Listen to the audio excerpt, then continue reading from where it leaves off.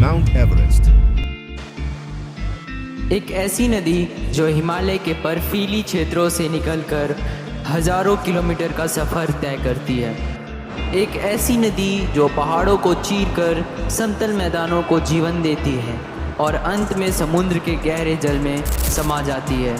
यह है भारत की जीवन रेखा गंगा नदी। गंगा नदी का जन्म उत्तराखंड के गढ़वाल हिमालय गंगोत्री ग्लेशियर के गौमुख स्थल से होता है। शुरुआत में इसी को भागीरथी के रूप में जाना जाता है। बर्फीली क्षेत्रों से तेज़ रफ्तार से बहते हुए ये नदी पहाड़ी क्षेत्रों से चीरकर नीचे उतरती है। तेज़ धार, घाटियों की गूंज और पहाड़ों से टकराकर गिरते झरने, ये सब गंगा नदी के प्रारंभिक रूप की पहचान है। देवप्रयाग के पवित्र संगम पर भागीरथी और अलकनंदा का मिलन होता है। यहाँ से इसका नाम गंगा नदी पड़ता है। ये मिलन इस नदी को एक नई पहचान देता है। गंगा नदी ऋषिकेश और हरिद्वार से होकर पहाड़ी रास्ते छोड़कर समतल मैदान में प्रवेश करती है। हरिद्वार से आगे इसका स्वरूप बदल जाता है। अब ये तेज़ रफ्तार वाली पहाड़ी नदी से एक शांत, विस्तृत और गहरी जलधारा बन जाती है। इसी क्षेत्र से गंगा नदी को इंडो गैंगेटिक प्लेन का द्वार माना जाता है, जो भारत के सबसे उपजाऊ मैदान है। गंगा नदी का सबसे लंबा सफ़र समतल मैदान होता है। उत्तर प्रदेश, बिहार और बंगाल के बड़े हिस्सों को यह नदी अपने किनारे बसने का वरदान देती है। इस मैदान की मिट्टी को गंगा नदी अपने प्रवाह और बांधों के माध्यम से एलुवियल बनाती है। यह एलुवियल मिट्टी भारत की सबसे उपजाऊ मिट्टी में से एक है। इसी वजह से यहाँ धान, गेहूँ, गन्ना और दलहन प्रचुर मात्रा में होती हैं। कहने को यह एक क्षेत्र भारत का अन्न घर है और इसका कारण है गंगा नदी। गंगा नदी अपने सफ़र में अनेक बड़े उपनदियों को अपने साथ मिलाती हैं।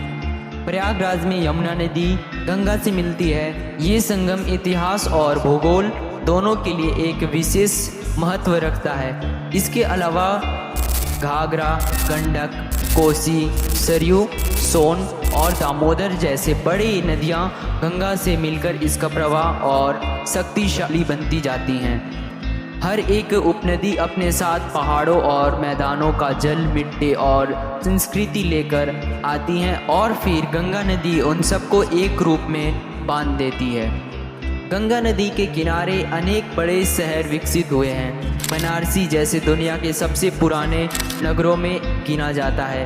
गंगा नदी के किनारे स्थित यहाँ संस्कृति, कला और व्यापार का अनेक धरोहर और जन्म हुआ है। प्रयागराज, जहाँ गंगा, यमुना और सरस्वती का काल्पनिक संगम माना जाता है, इतिहास में एक विशेष स्थान रखता है। बिहार में पटना और भागलपुर और बंगाल में कोलकाता, यह सब नगर गंगा नदी के किनारे पहले से ही स्थित हैं। यह नदी केवल जल ही नहीं बल्कि इतिहास, व्यापार और नागरिकता का आधार भी रही है।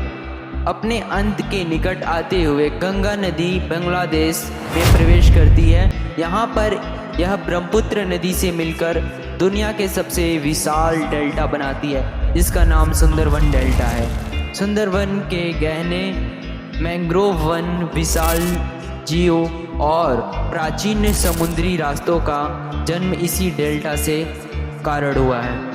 आखिरकार गंगा नदी अपने महान सफ़र समाप्त करते हुए बे ऑफ बंगाल में मिल जाती है।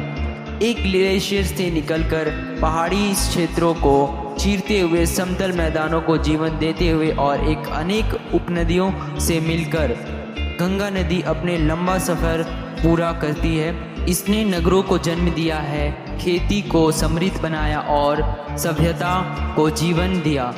आज भी गंगा नदी भारत के इतिहास, अर्थव्यवस्था और भूगोल की एक महान धारा बनी हुई है।